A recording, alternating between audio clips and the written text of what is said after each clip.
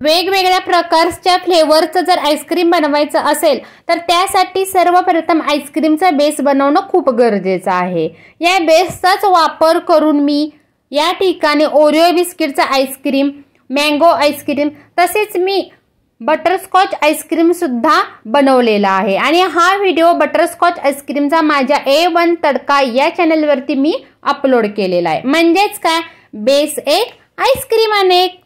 तर चला मग बनवू आपण व्हॅनिला आईस्क्रीम।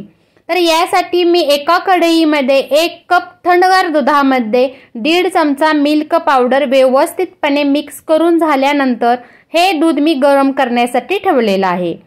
त्यानंतर त्याच्यामध्ये 1.5 चमचा मी साखर घातलेली आहे। तुम्ही कमी जास्त या प्रमाणात तुम्ही या ठिकाणी साखरेचा वापर करू शकता।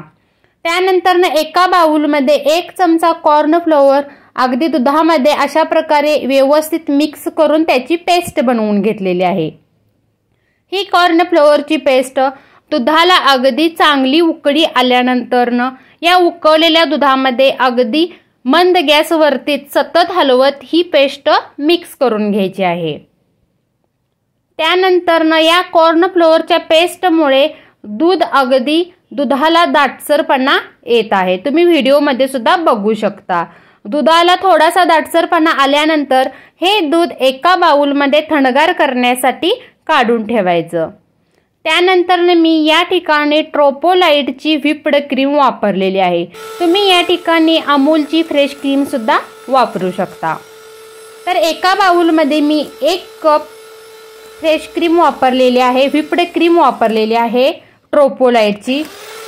ही व्हिप्ड क्रीम बीटरच्या सहाय्याने अगदी व्यवस्थितपणे फेटून घ्यायची आहे। तुम्ही व्हिडिओमध्ये सुद्धा पाहू शकता की ही क्रीम जी आहे ही व्हिप्ड क्रीम ट्रोपोलाइटची तर अगदी 1 कप अशी मी घेतलेली होती, पण जेव्हा आपण ही व्हिप्ड क्रीम बीटरच्या सहाय्याने फेटतो तेव्हा ती अगदी दुप्पट होते। म्हणजे काय होतं, ही क्रीम फुलली जाते।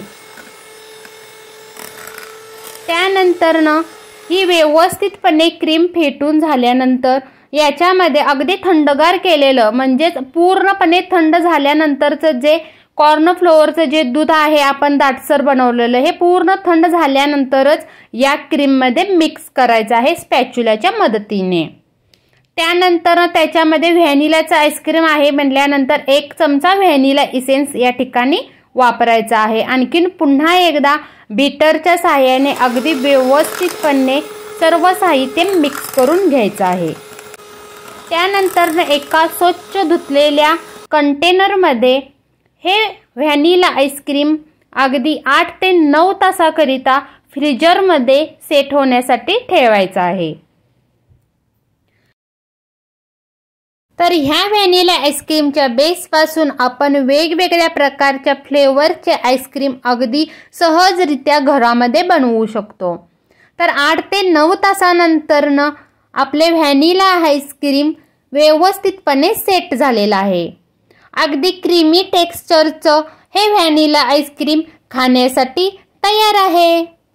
तर चला मग मंडळी, या थंडगार आईस्क्रीमचा या उन्हाळ्यामध्ये आनंद लुटा आणि माझ्या A1 तडका या चॅनलला सबस्क्राइब करा।